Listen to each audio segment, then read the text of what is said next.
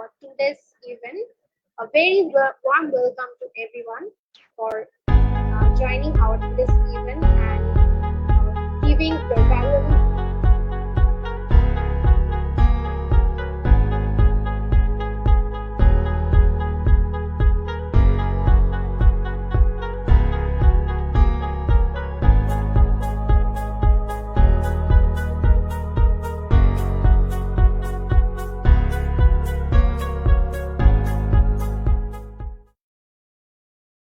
our today's event, as they had done so many tremendous work at their time.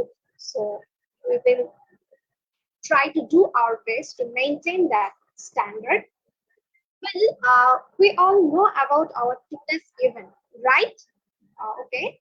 Our today's event is about Excel in CAD, expert certifications and mentoring. We have come up with renowned Solidworks expert Lucas Crupi, youngest to hold the title of CSWE from the University of Toronto. He will mentor a session on some advanced skills and certifications, assessment process for CAD enthusiasts. The session will orchestrate on the following: a brief discussion on certification process, expert opinion for mastering skills on CAD competitions like SolidWorks, and obviously following question answer and tips. You guys can ask your desired question. So keep tuned with us at the last of our event. Today, we are very much fortunate that we have been able to come up with our respected teacher. So now I would like to request our respected sir, Professor Dr. Sajal Chandra Bonik sir, to say something for us about our today's event. Sir. Thank you. Shabnam Parveen Shimla, and Fahim also for your nice introduction of the workshop. And today on the online workshop on Excel in CAD, expert certifications and mentoring. This is organized by ASME student chapter, and this is the very first program organized by this new committee. I congratulate the new committee to start a great event like this title. And today's keynote speaker, Mr. Lucas Crupi, certified SolidWorks expert, University of Toronto, and Muhammad Ashraful Islam, production officer, design and quality assurance, M&U Cycles Limited, and the distinguished other guests from other university and the foreign students also, and they are my students of ASME student chapter. I'm very happy that you are organizing such kind of great event. Actually, for mechanical engineers, we have to maintain the principle of about new invention in that we call it design it, build it, test it. So you see that the starting of engineering is designing. So if you are very expert in design, then your next step is started to make it reality by manufacturing, then testing, and this product is going to service the society, and that will be accepted by your expected customers and society peoples. So I think it is very important skill, that designing skill, and I have seen that this workshop is organizing with nicely as topics that how to get the certification process of this kind of design skillness. And they will also discuss about the various kind of design software that are generally used in industries nowadays. I think these topics will also be discussed by the keynote speakers. And also as a designer, actually, what should I do and what kind of knowledge should I have and how to start it? This is very important. So I think this keynote speaker will also discuss these topics in the coming workshop by 2 days. And how to start a designing process. This is very important. So I hope if you are successfully completing this event, our student will get a guideway and how to enter into this very nice, interesting field of designing. So I congratulated the organizer, I congratulate the keynote speakers, and I also appreciate the participant that for their motivation to come here. Thank you, and thank you all. Thank you so much, sir. As we can see, the number of our participants are just rising up very fast. So we are very much fortunate to have you in our today's event. Thank you so much, sir, for giving your valuable time to our today's event.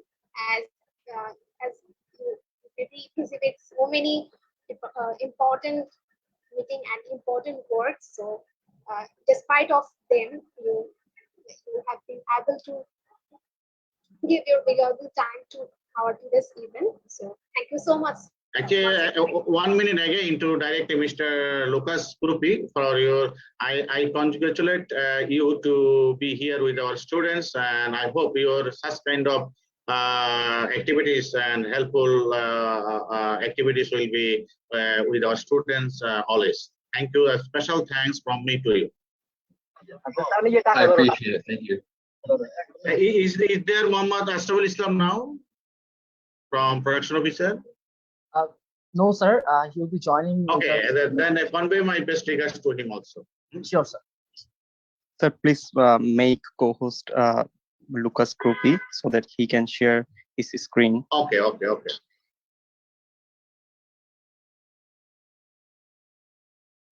So yeah, so ASME has always been a place of learning. So maintaining the legacy, it's high time. We're gonna welcome our very special guest today, Mr. Lucas Crupi, certified SolidWorks expert from University of Toronto. Hi, Lucas. Can you hear us? I can hear you. Can you hear me? Great. Yeah, all good. So thank you very much for joining with us today, and we're very excited to hear from you. And I have heard that you are going through some medical procedures, so we are also, concerned about that. And thank you again, especially for joining with us, because this is a very, challenging time and making time for us. So the floor is yours.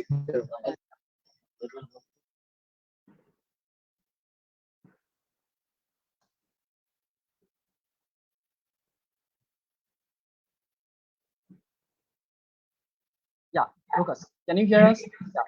Yeah, I can hear you now. Yeah. Yeah, great. So I think we can go ahead with the session. Okay, perfect.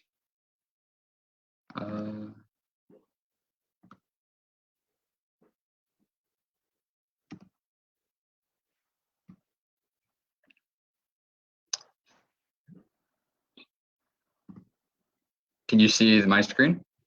Yeah, it's quite visible. All good to go? Okay. So thank you everybody for having me. It's a pleasure to be here. I'm going to be talking about today certifications in SolidWorks, and then talking about using SolidWorks quickly. After that, we'll have a Q&A session where we can talk about really anything you want to, from different ways to design things, or even manufacturing, because I'm into that too, or anything SolidWorks related questions you have. So hi, I'm Lucas Crupi. I'm a student from the University of Toronto.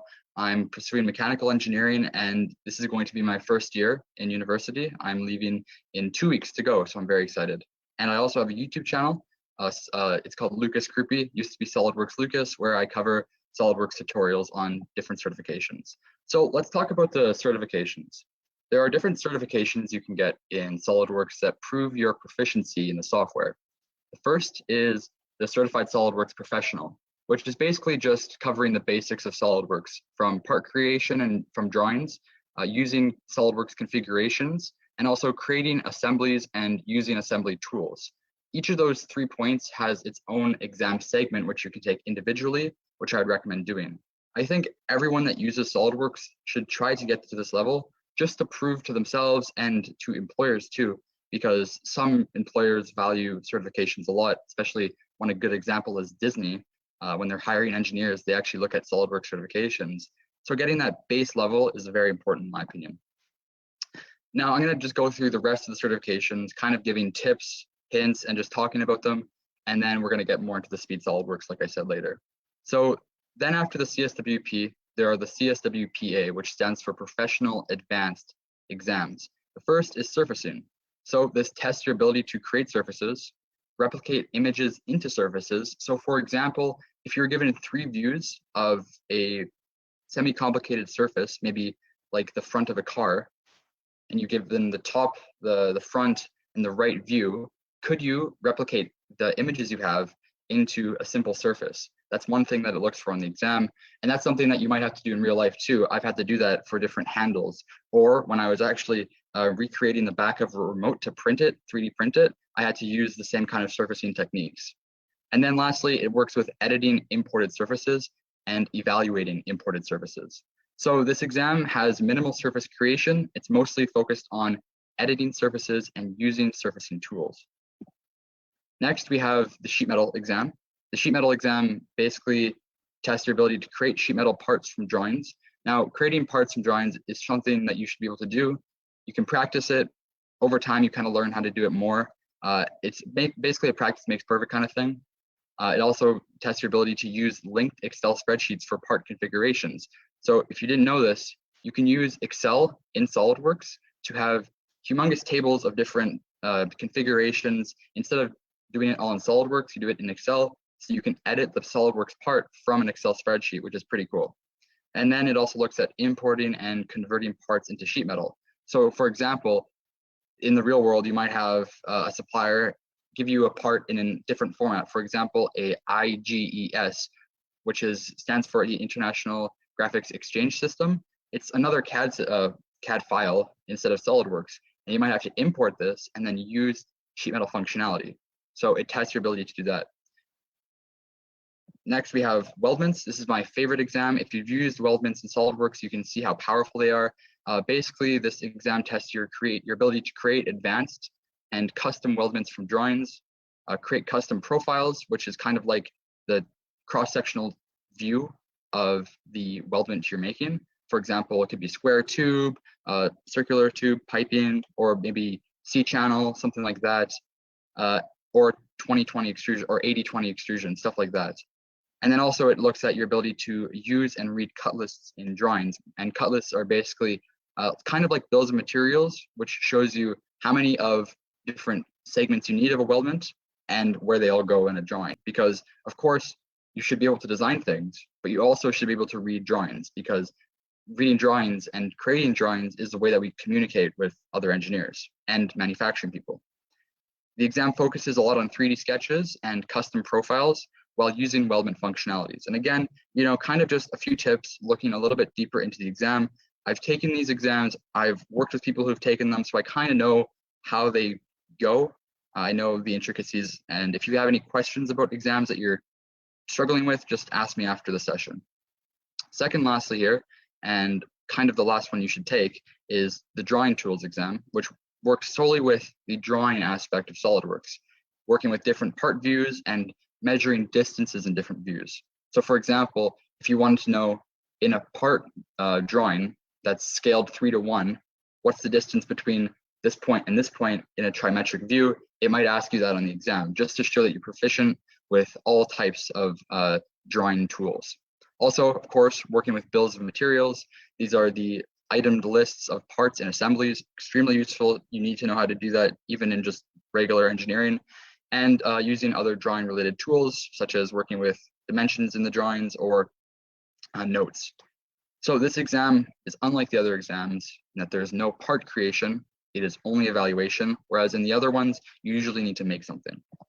And then lastly, this mold making exam, I would not recommend taking this if your goal is to get to CSWE, as you only need 4 of the 5 professional advanced exams. This exam is extremely tough. You have to create molds from imported parts, evaluate imported injection molds, and consider injection molding specifics such as mold cooling and shrinking factors. So like when you're making injection molded parts, you inject a bunch of plastic and then it's very hot. So when you take it out of the mold, it cools a little bit. This exam is suited more towards injection molding professionals. And if you don't have any experience in the industry, it's very, very hard to pass. And then lastly here, of course, we have the Certified SolidWorks Expert exam. This is the most general SolidWorks exam. It covers topics in all of the CSWPA exams, except for mold making. Other topics covered are springs, belts, direct editing, advanced mates, and advanced part and assembly editing. It's the hardest exam in SolidWorks, but it demonstrates a thorough understanding of SolidWorks and general design. I know people personally that have been hired, and they tell me that it's a large reason was because a company saw that they had the CSWE title beside their name. There is right now only about 5,700 experts in the world. When I got mine 3 or 2 years ago, there was only about 3,000. So the number is increasing, but it's still a very prestigious exam and title to have. And again, if you need help on this exam, you can email me or go to my YouTube channel where I have a full series covering everything you need to know about this exam. So that covers the certifications. And before actually I get to this, there's going to be maybe someone who asks about the CSWA, the Certified SolidWorks Associate. That's below the CSWP. And I personally wouldn't recommend taking that because if you have enough knowledge to pass the associate exam, you can probably pass the professional exam. And why not take the better one, right? Have the higher title associated with your name. So now we're going to be talking about using SolidWorks fast. So in a lot of different scenarios, you need to use SolidWorks quickly. It's one thing to be creative and think of new ideas and innovative solutions, whereas in other cases, you have to be able to design something quickly if you're under a deadline, right? One is more the innovative entrepreneurial mindset. The other is you got to get this done. And sometimes we're in that situation, or you could be competing at a CAD competition or even taking the exams, which are timed. I prefer doing the innovative designing, but honestly, that is a presentation that would take more than 2 hours even to start covering. So I'm going to go the easy way out and talk about how I use SolidWorks quickly. And if you have any questions about design, just ask them at the end, of course. So first, one thing I love to do in SolidWorks is use the mouse gestures. Now, basically, you can get this menu by holding the right-click button and dragging. So for example, if I held the right-click button in the part view and I dragged to the right, I would get the measure tool. So I'd be able to measure, I'd be able to open up the measure tool without having to go find it in the toolbar on the top of SolidWorks. Because sometimes if you don't have this enabled, it takes you maybe 10 seconds, 20 seconds to find the tool, when using the mouse gesture takes half a second. So if you're measuring a part 10 times, you're saving 100 seconds. These things are marginal, but if you do them all together, they build up. You can change the menu to access 4, 6, 8, or 12 tools. As you can see, I have 12 enabled here, and I use them for frequent features or tools that are hard to find. For example, like I said, measure or mask properties. You can customize it to your own liking. I usually use it for equations, mask properties, material properties, or edit material, my bad, and measure in the part, and then just have a bunch of sketch tools available in the sketches. I don't really use it in assembly or drawing, but I probably should more. And if you can, then better for you, right? Now, another way to quickly use SolidWorks commands is by using the shortcut menu. Now, you use this for features that are too niche to fit on the mouse gestures command button, but are still quite widely used. For example, I use the fillet a lot because sometimes when you're done a part and you want to kind of clean it up, use a bunch of fillets. So you just press S to get the shortcut menu, go down to fillet, you click it, instead of having to go all the way up to the tabs. Make sure you're clicking fillet, make sure you're under the right tab because you have to be in features. It just, even though it seems small, like 10 seconds maybe, those things add up over time. And another way to do this is by using key commands, which I like to do by learning them over time. You can bind any key on your keyboard to a specific feature. For example, J, I could bind that to the whole wizard. And over time, instead of going up to the tab for features, whole wizard, you just press J. And once you learn that, you move to the next feature and the next feature. You learn them incrementally. And by the end, maybe you can have even 10 key bindings. You're saving much, much time, not only in competition formats such as the exams or CAD competitions, which I'm going to talk about later, and just in a little bit actually, but you're also saving time in your regular work, because having the ability to use SolidWorks fast, even for innovative purposes, allows you to get to the innovation quicker and stop having to haggle with SolidWorks. Some other commands that are really useful to know, and which I kind of use in order. First is Control-8. Now, if you don't know Control-8, by pressing Control and then 8, holding them at the same time, that's quite possibly the most used command that I use in SolidWorks. What it does is it makes you normal to, or perpendicular to, your view, a plane or a selected sketch. So for example, if you're just viewing a part in a trimetric or dimetric view, and you want to look at a flat face directly on, what you can do is click the face and press Control-8. The button for this would be the normal to button, but why are you going to go press a button if you can quickly press Control-8? Another way that I use this is if I want to make a sketch on a plane, I'll click the sketch button, and then right when you're in the sketch, pressing Control-8 will make you look directly at the sketch flat on, so you can start sketching and you don't have to worry about getting yourself aligned. Like I said, S is the shortcut menu. That's a great one to learn, but even better maybe is F, fit to screen, because sometimes when you're in SolidWorks and the part is going out of whack, like it zooms out too much or it goes off the screen and you can't find it, and you're stressing because you only have 10 minutes left in the exam and you can't find your part, just press the F button. It'll recenter your screen to the part, and then everything's fixed. It's like nothing ever happened. This has happened to me before. I panicked, and then I realized, okay, I can just press the F button, and then I'm fixed. F maybe fixes your part, doesn't fix the part, but it fixes your view. Control 1 to 7, these give you the top, bottom, front, right, side view, all the different views you could imagine. So learning these is really important if you want to quickly look at different parts of your part without having to rotate all the way around. And then lastly is Enter, which repeats the last command you did. Now, I use this very often for fillets, actually. I don't use the shortcut menu for fillets. Now I use Enter after I learned this, because let's say you just did a fillet, you can press Enter and it opens the fillet feature manager again for you instead of having to go up and click it again. So these things, again, like I said, incremental, but an incremental thing 100 times is a large time save.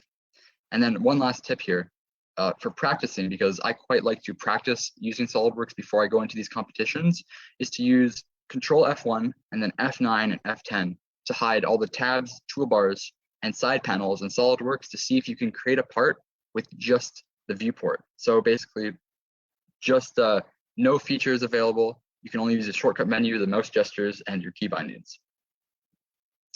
So let's talk about file locations here. File locations is a great setting, you should know, for managing custom files and templates and the locations of these files.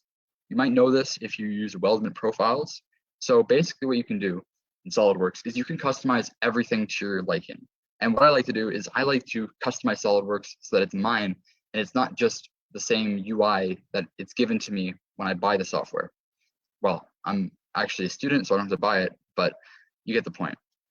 For example, before some competitions, I'll create custom part settings, assembly settings, and drawings just for the competition.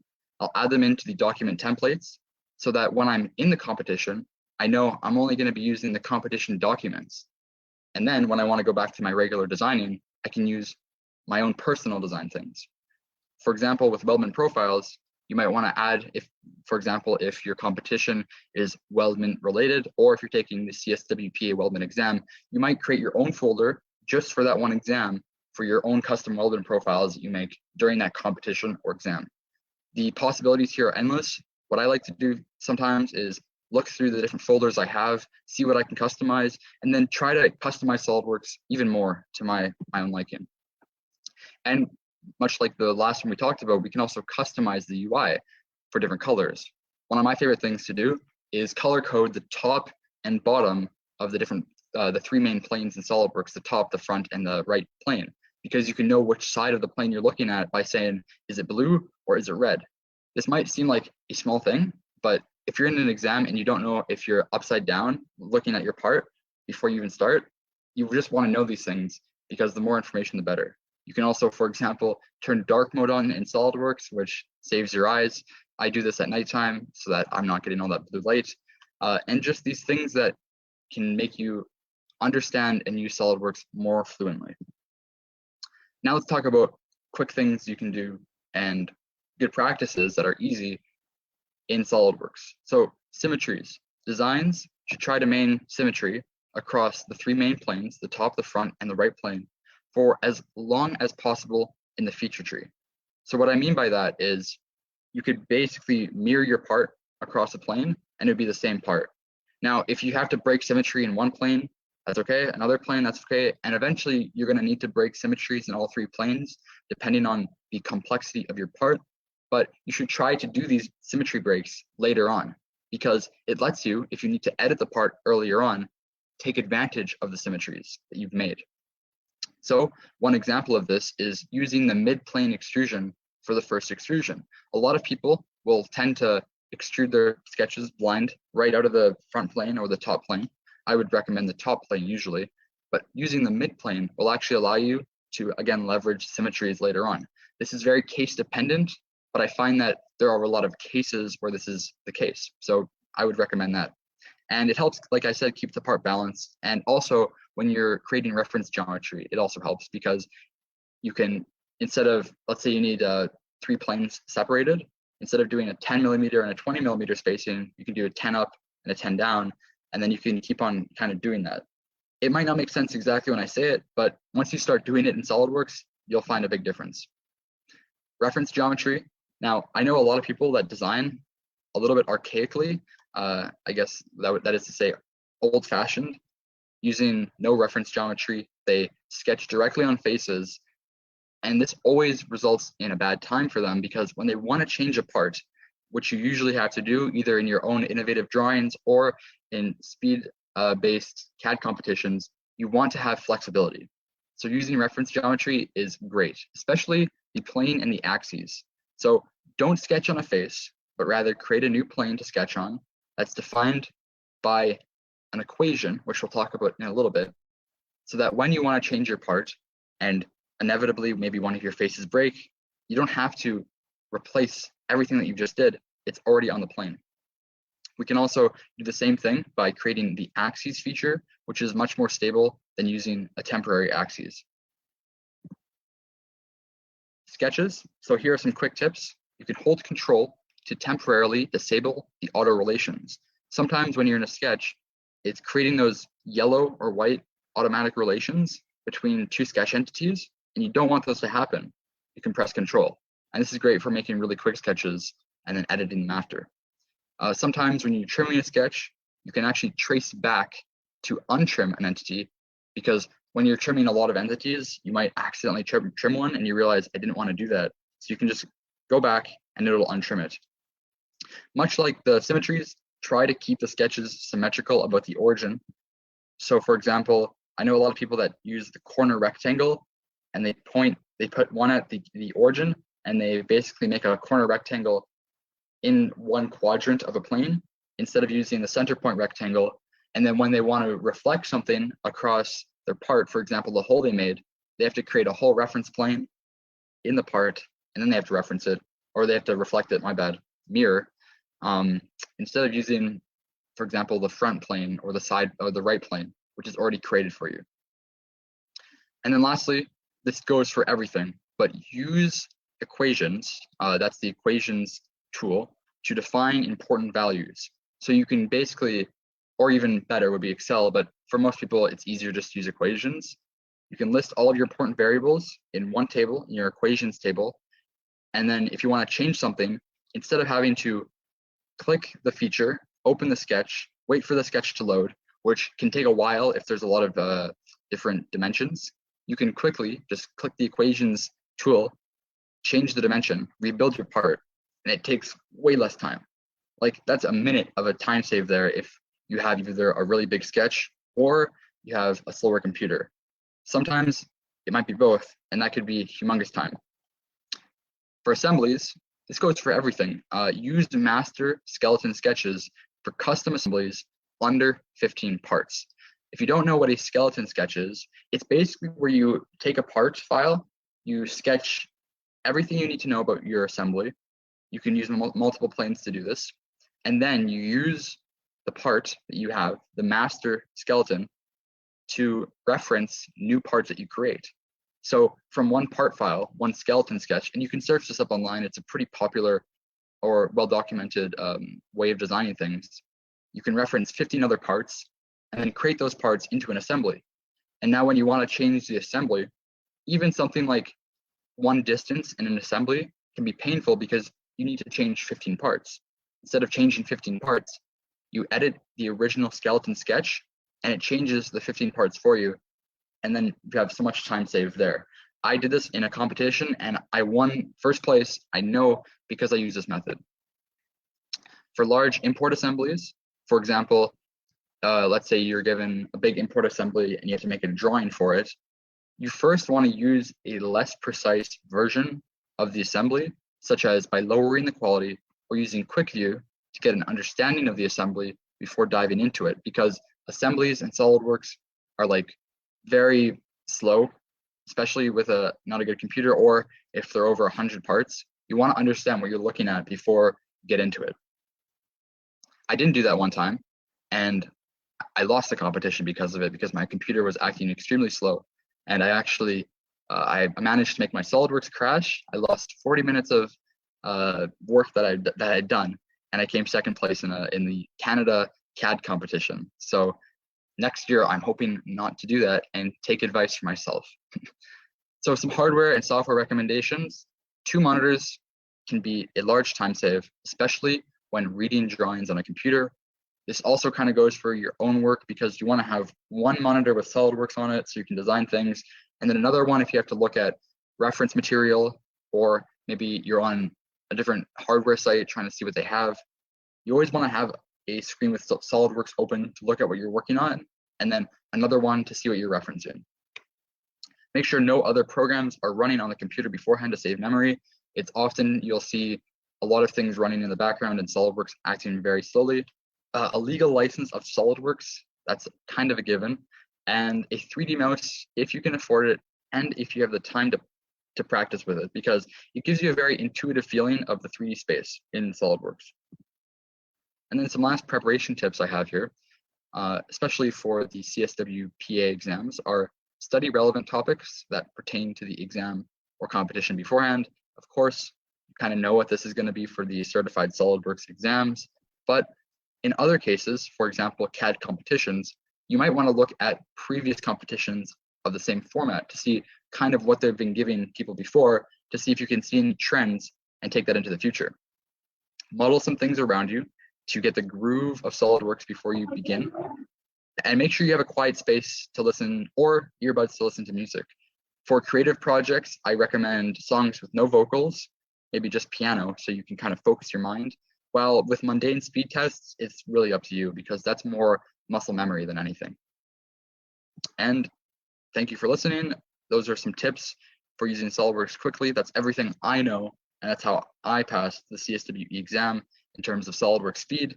And now just open Q&A. I think our hosts have some questions for me, but then after that, up to you guys. Yeah, thank you. Thank you so much for describing it so nicely. I think those tips are really helpful for the participants. So before we go ahead with the question answer round, I had a question for you. It's like, how does it feel to be the youngest CSWE in the world, and what motivated you? Yeah. Well, when I first got it, I actually didn't know that I was the youngest. I guess I was going for it because, well, here's the story. I got my CSWP maybe when I was 14, 2 months before my 14th birthday.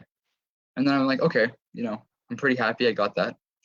And then I realized, I'm pretty young to be doing this, so I should really work hard. And then for the next 2 weeks, I studied pretty much from waking up to going to bed for the professional advanced exams. I took the surfacing exam, passed it. Next day, weldment, passed it. Next day, sheet metal, passed it. Next day, drawing tools, passed it. And then 3 days later, I took the CSWE and I passed it. And it was just crazy, because this is supposed to be the hardest exam in SolidWorks, and it was quite tough. And to be the youngest, I don't know, it's been quite nice. SolidWorks has been nice to me because of it. But I don't think age is the issue, right? I think if someone were to study like I did at 13, they could get it. So I'm not special or anything. I just worked really hard. That's so inspiring. So yeah, everyone is requested to put their questions in the chat box. In the meantime, I would like to again thank you all the participants for joining, because we have so many participants from other countries as well. Apart from Bangladesh, we have participants from Poland, China, and Tunisia, and all other countries. And thank you for joining. So we'll be going through the question answer round, as we have done a survey regarding the session, so that we can have so many prepared questions for the guests to answer. So in the meantime, you can also if you have any question, you can type down in the chat box so that we can take it. So I have the first question for you. It's like from Shihab Shariar. It's like, when you know you are ready for certification exam, like for the general student, when should they approach for the certification? Yeah, so the SolidWorks professional exam is the one you should start with. And you kind of know you can take that exam when you're starting to design things in SolidWorks by yourself without having to search up things every 5 minutes. Like when I started SolidWorks, I barely knew how to sketch. I don't think anybody really did. Once you're at the point where you can have an idea in your head and put it into the program, that's when you kind of know, okay, I'm starting to gain proficiency and I can try to start studying for the first exam. If you're still at the point in SolidWorks, which I was at for a good 3 months, like honestly, starting SolidWorks was very slow for me, where you're still kind of confused with how to make a certain feature, or you're still a little bit iffy about it, then I wouldn't do it. But if you can think of a part and again, put it into SolidWorks without any help, that's when you know you're proficient to take the first exam. And then the ones that follow, the CSWPA, is less of a understanding design, but more just understanding SolidWorks tools specifically. So those ones are more studying related.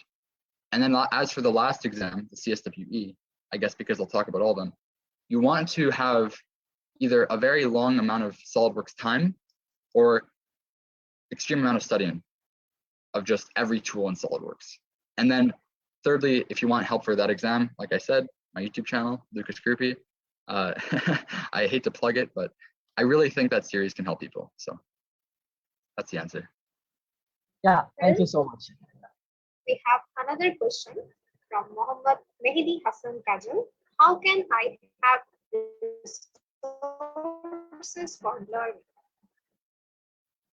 You cut out there a little bit. Yeah, so yeah, I guess let me rephrase it for you. So the question was like, how can they have the resources? So I understand there is your channel, and we really appreciate it, and that would be the great resource. But apart from these, do you have any suggestions for the resource so that we can follow that? For sure. So there are quite a few, so I'm going to kind of list them. If you're a SolidWorks student, you can go on mysolidworks.com. That has certification training, but it also has training in all parts of SolidWorks. So if you're trying to learn SolidWorks as a tool, mysolidworks.com. There's also, I think, the book SDC Publications publishes SolidWorks books you can buy online for on Google. Those are more expensive. They're more for the more advanced person. You don't have to get those. Those are one thing. Of course, my channel. And then if you're trying to do some more design, not just learning SolidWorks, I'd say it might be underrated, but there are a lot of good YouTube channels because, of course, those are free that can teach you things hands-on. For example, a great channel that I watch is one by Jeremy Fielding. He is a mechanical designer, and he basically kind of teaches you how to make real things. He talks about manufacturing, testing, and considerations you can think about when designing real-world things. For example, he recently made a robotic arm, and watching the video on how he did it was very enlightening. So mysolidworks.com for learning specific SolidWorks training, and that's right from the source. That's right from SolidWorks. And then I'd say just online resources are also out there too on YouTube, and that's pretty much it though, you know? Yeah, that's really helpful. I think it will be very helpful for them to take preparation. Yeah, Shimlapu, if you want to go ahead with the next question. Yeah, we have another question from Rinmoy Ronnie. Which certification is more hard to get? What do you think of it? The hardest certification that I've taken was the mold making exam. The it was harder in my opinion than the CSWE, and that's because I took the CSWE and I passed it quite well.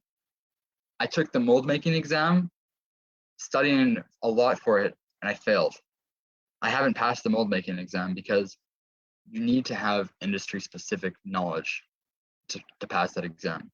And of course, I've been talking about the main SolidWorks exams, the CSWP, the 5 professional advanced, and the expert in mechanical design. But there are a lot of other certifications out there that are harder. For example, they released the certified SolidWorks expert in simulation. Now that requires you in knowledge to have the certified SolidWorks expert and also understand complex finite element analysis theory, different simulation models, dynamic simulations. That stuff is for an engineer who has graduated, who is very well versed in failure theories and all of those kinds of things. So out of the ones I talked about, mold making, but it gets a lot harder. And the resellers of SolidWorks have even tougher exams that they don't even publish to the public. So it can get much harder. Yeah, great. So I think it depends on the person and the expertise of level. So I had another question, like as we're talking about the certification. So what are the advantages of SolidWorks certifications in real from your experience? And also the tricky part is that, is it mandatory? Yeah, we all know about the certificates. Yeah. Yeah, it's not mandatory. Like I might get in a bit of trouble if SolidWorks heard me say that, but you don't need to take them. If you're competent, if you're in whatever field you want to go into, right? Let's say you're more on the drafting, drawing side or more on the engineering side. If you have the skills, you can pay the bills, right? If you're good enough, and eventually, someone will find that talent. What the nice thing about the CSWP exams are, or any of the SolidWorks exams, I would say maybe 2 or 3 things. Firstly, and this is kind of what it's been for me, it's given me a lot of confidence to say that, okay, I know I'm in the highest club of SolidWorks users, right? I know that I'm up there. I might not feel confident yet maybe to do real world design, but I can use the tools in a professional way. And that's been recognized directly by the software itself, by the company. And secondly, I think it does hold some value, especially when you're trying to get your first internship or your first job. I think a 20-year professional doesn't need to necessarily say that they're a SolidWorks professional to get a job. But if you have, not that much experience in the workplace and you're just trying to make your resume look more full, I think the CSWP exams or the CSW, any of the exams can kind of just add to your resume. And then thirdly, I think it's just like kind of nice to have the exams taken. I guess that's my first point. Yeah, there's only 2 points: confidence and helps your resume. Yeah, great points. I guess that will motivate participants to pursue the certificate and as well as concentrate on the learning part, because we all grow through the certification. So we had a few questions in the chat box. So one is very specific, I guess, from Sorry, wait. I can read them here. Hey Lucas, thanks for the great session. I have a question for you that I accidentally changed Viewform background color. After even changing it to normal for 5 times, it doesn't change. Okay, so what you're gonna wanna do there is you're probably gonna wanna create a new document template with your new color and then save it, because even though you change the document color, the document you open when you make a new part is gonna be the one that was saved as the original color. So make a new document template, save that and use that. And you can change anything you want there, because even though you change the color and that works for the time being, it hasn't actually been saved onto your document template.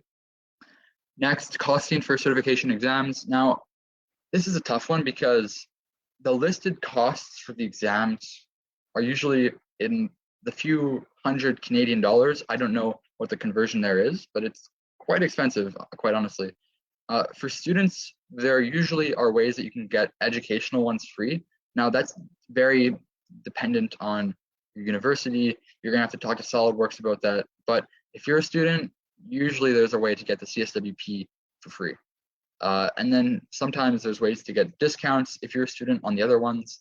The only one I don't know about is the CSWE.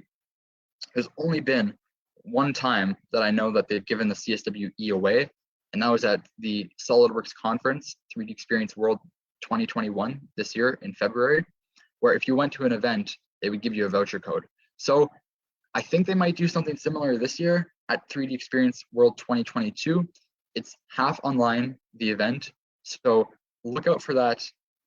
If anything happens where there's free certification exams, I usually try to post it on my YouTube channel. When you were a beginner in SolidWorks, which tutorials? So I followed, like I said, the My SolidWorks to kind of get a hang of it. There are also built-in SolidWorks tutorials, and those are very beginner. And I think if you just opened up SolidWorks and you have no idea what to do, go to the built-in tutorials in the settings. It's by the gear icon. You can click the drop-down menu and find tutorials. They actually start pretty simple, but you can get to fairly advanced things for being in SolidWorks. How to avoid SolidWorks from crashing again, specifically in assembly. Change your settings, or don't have anything else open. I know this has been an issue for me. So for example, by using the quick view, reducing the quality, or turning off a lot of graphic settings, because usually SolidWorks will crash because so much of it is thinking about the graphics.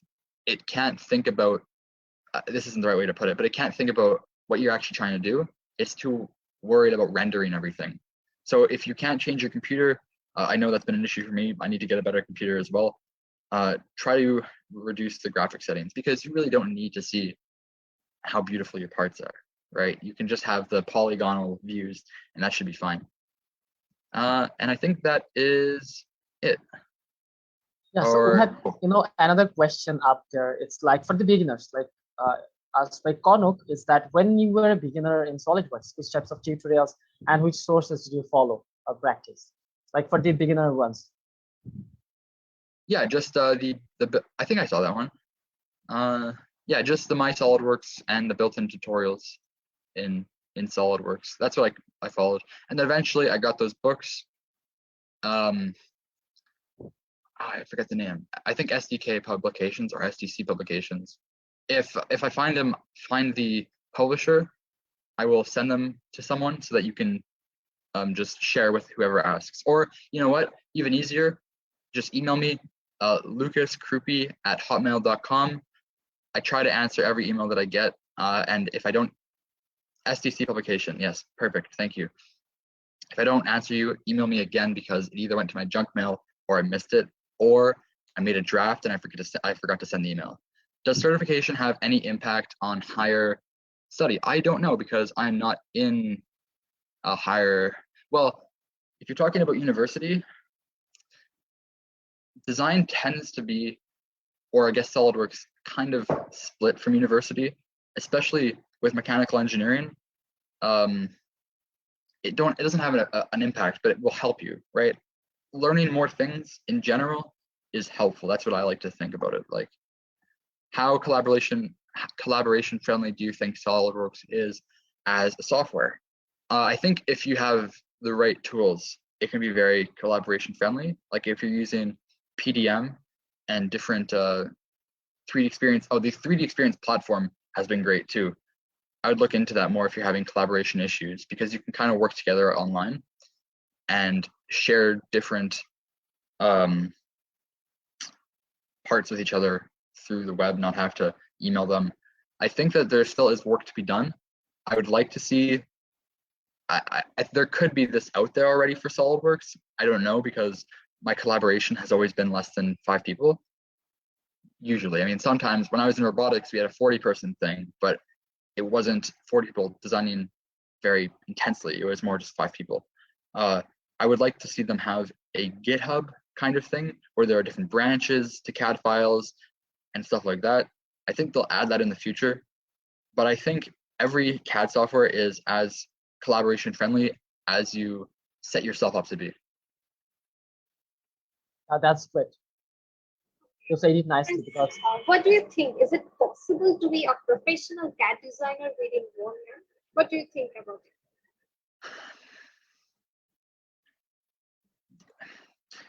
If you start when you're 13, no, because you need to learn a lot of things other than just the CAD software. But if you're coming out of university, or even you're middle of university, and you have a drive to really hone in that one skill, I think it definitely is possible. Like, you need to have prerequisite information before that year starts. Like, you need to know how gears work, or how a pulley works. Very simple things. Hopefully more advanced than that. Hopefully you know basic design principles and manufacturing techniques. But if you really want to take this to the leap from beginner to professional, I think a year of dedicated hard work can do that.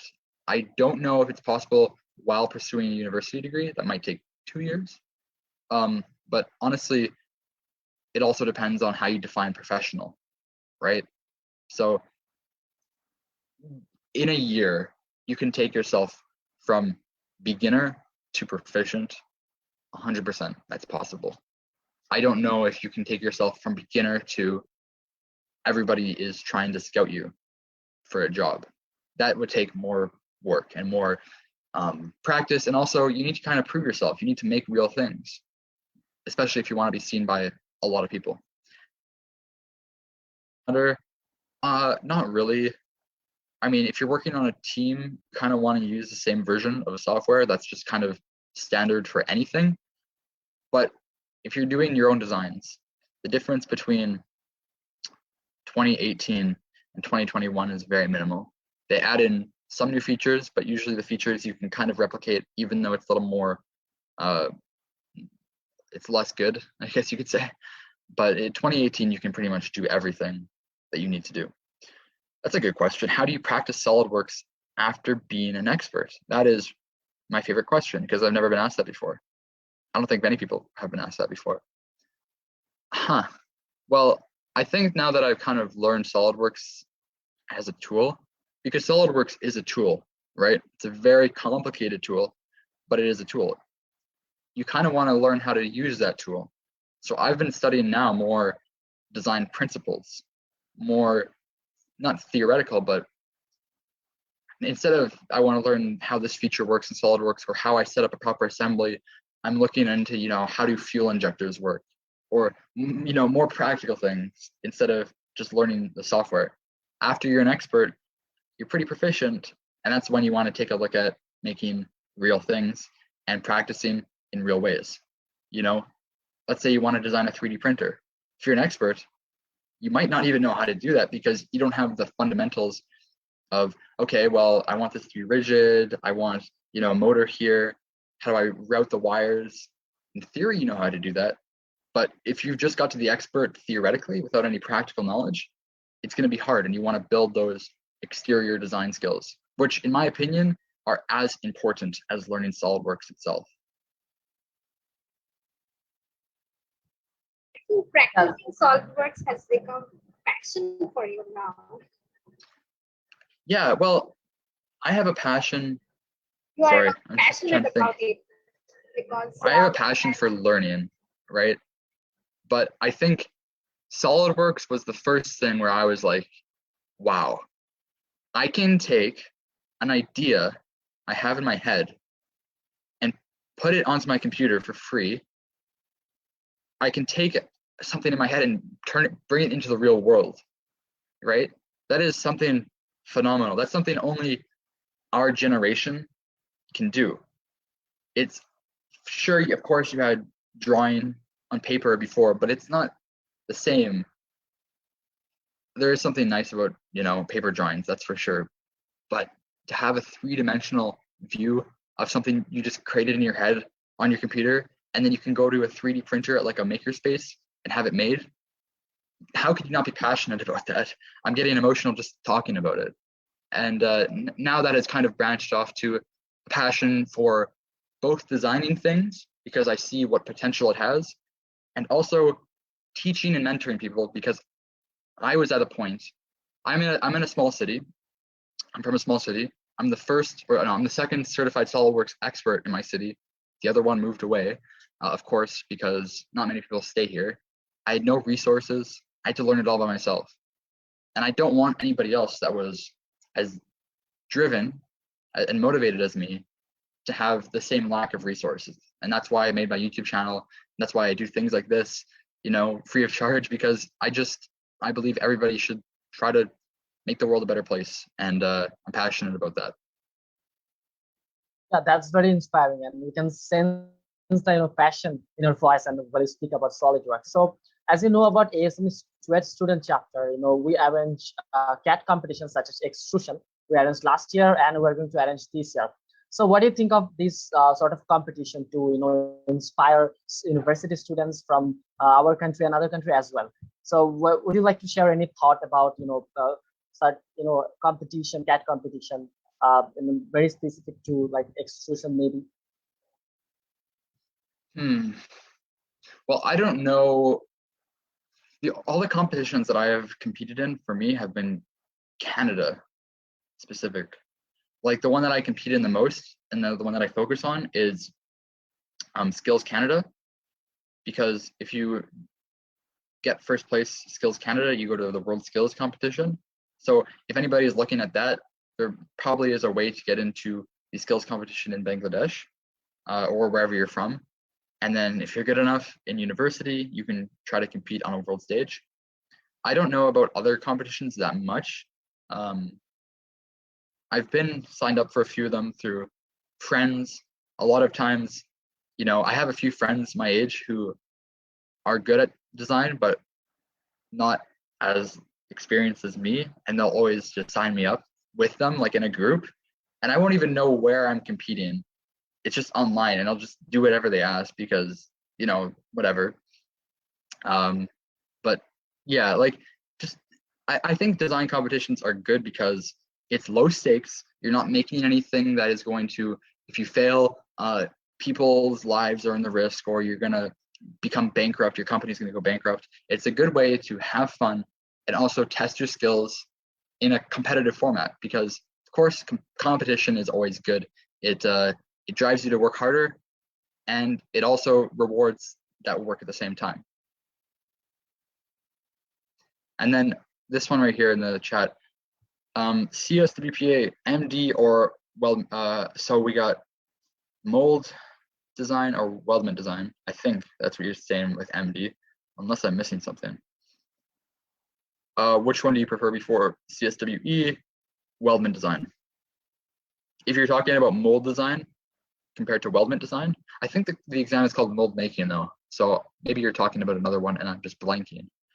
But weldment design is much easier. Weldment might be the easiest CSWPA exam out there, when I took it at least, because really all you need to know is how to sketch a custom profile, add that custom profile into your weldment profiles using the SolidWorks library feature part, creating custom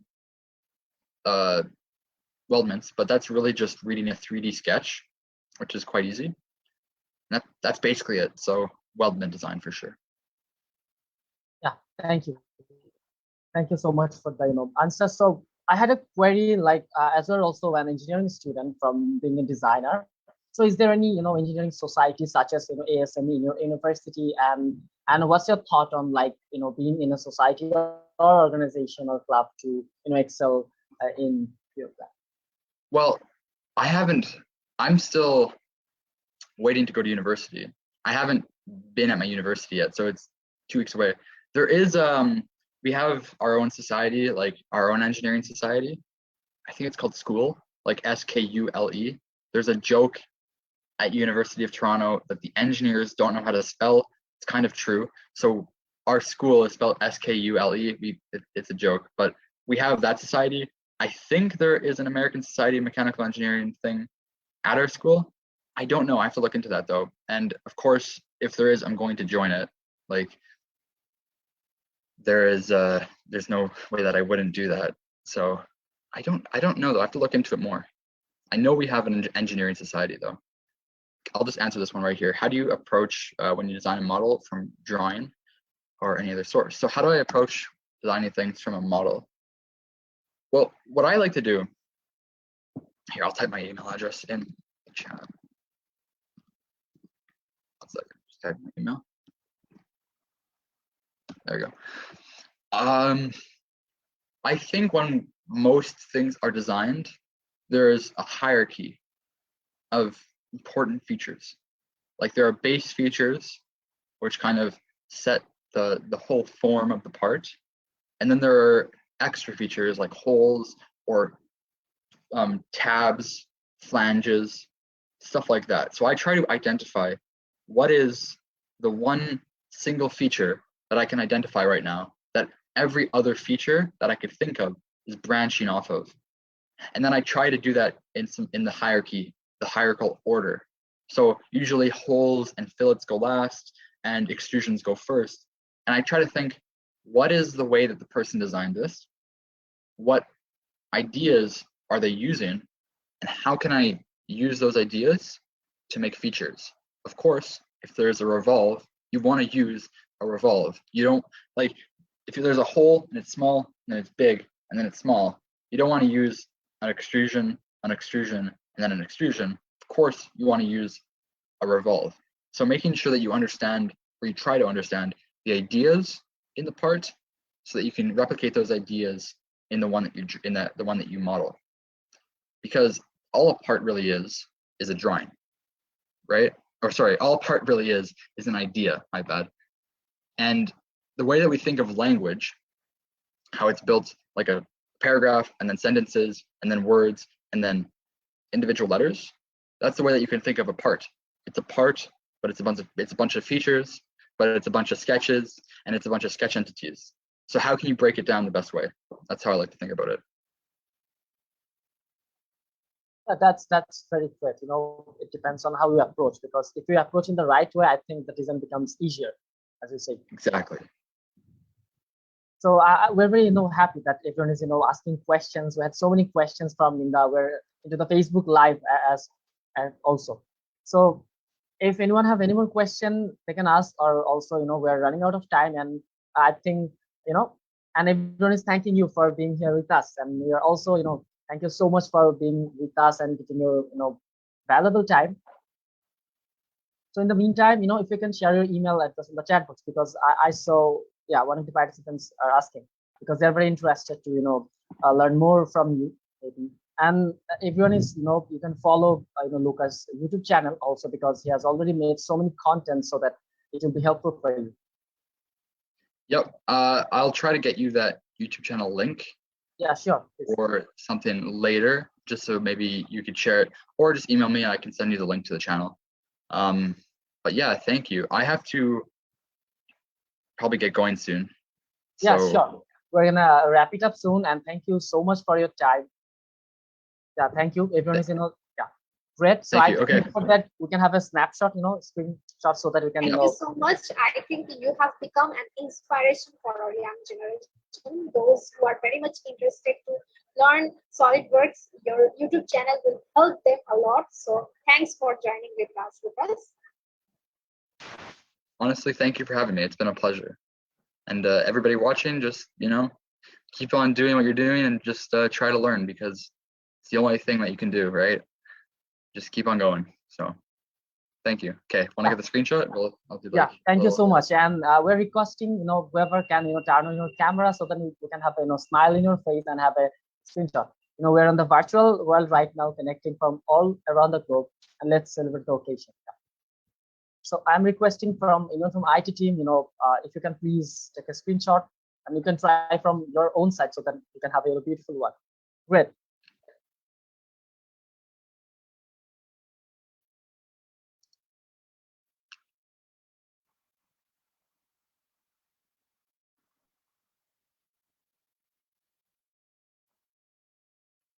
Yeah, I think we're done, right? Someone. Okay, perfect. Perfect. I gotta go. Thank you for having me. I will. Thank you. I guess I won't see you later, because Maybe. Yeah, maybe, probably. We never know. We never know. We never know. Yeah, thank you so thank much you. for being here, and yeah, thank you. Have a Take good care. day, everybody. Goodbye. Thank you so much for. And thank you everyone for joining the session. We hope that you have really enjoyed the session. And don't forget, we're having another session tomorrow, and we'll be trying to provide you the best value from ASME to Extreme chapter. Thank you all. Hope you guys got your answers from Lucas and have known your have been able to quiz your curiosity. So thank you guys for having in our today's session. So from here, we want to invite all of you guys. Thank you. Take care.